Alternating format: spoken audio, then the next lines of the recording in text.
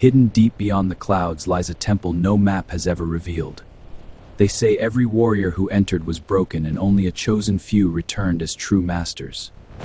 Today, one young fighter is about to face the deadliest training of his life. The master gave him no sword, no secret scroll, only one command: climb. Every step stole his strength, every fall tested his spirit.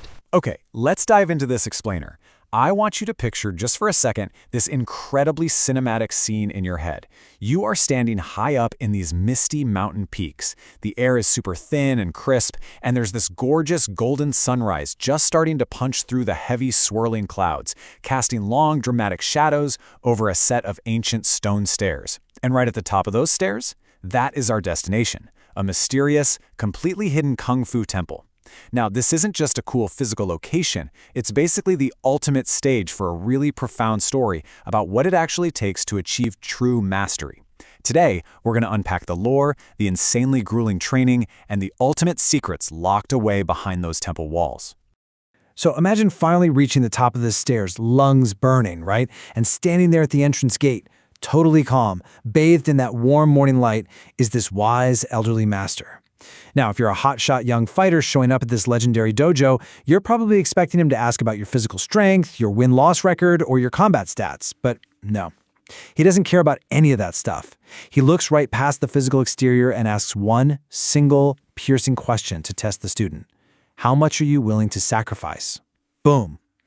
That question literally sets the tone for everything we're unpacking today. It instantly flips the script. Mastery isn't about what you can do, it's about what you're willing to give up.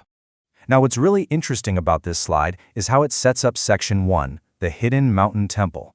Let's look at the lore of this secret spot.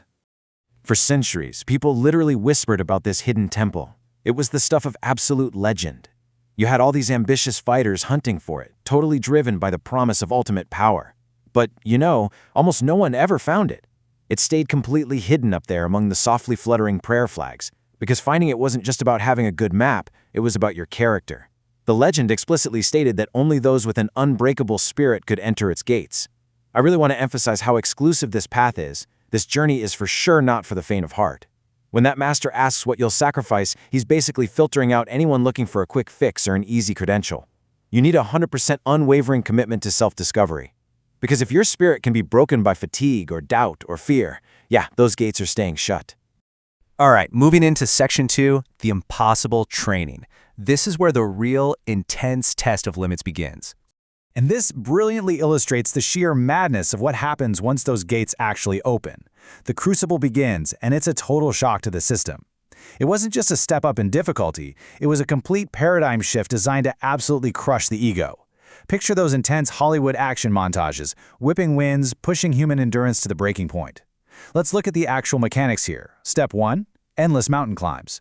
Step 2, balancing drills right on the edge of cliffs.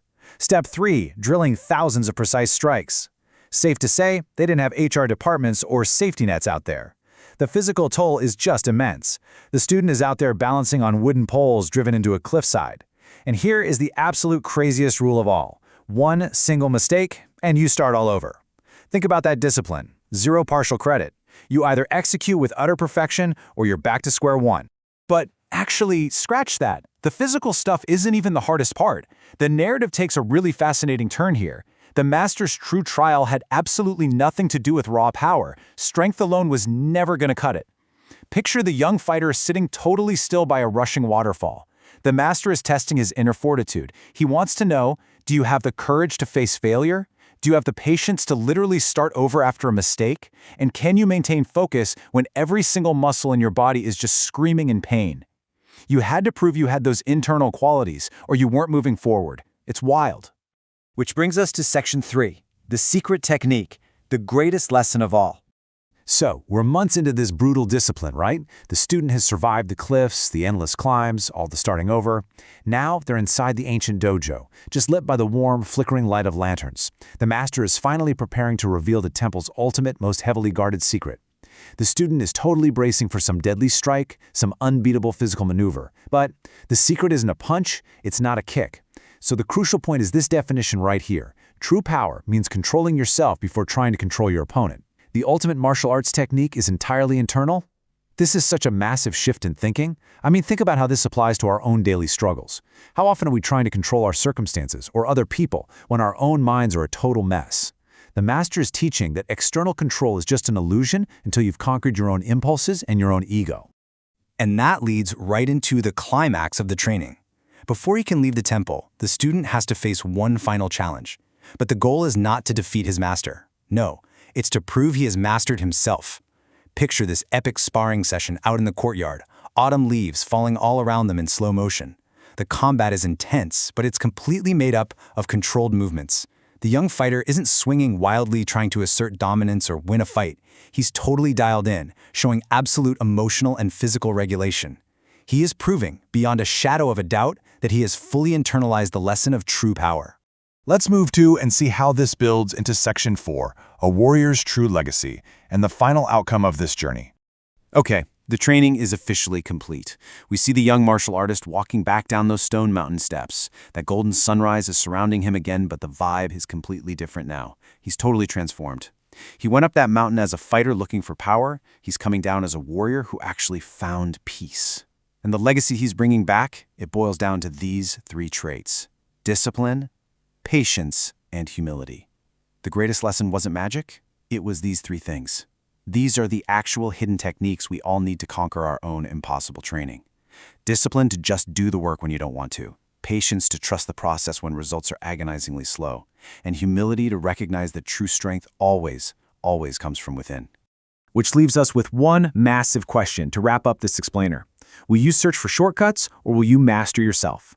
Because here is the undeniable reality. The strongest warriors in life never, ever take shortcuts. We're all facing our own mountains, our own grueling daily trials.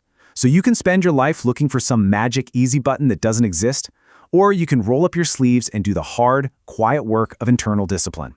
Just remember, true mastery always begins and ends with you. Thanks so much for joining me today. Keep learning, keep growing, and I'll catch you next time. When the temple gates closed behind him, he realized the greatest secret was never a hidden technique. It was the warrior he had become.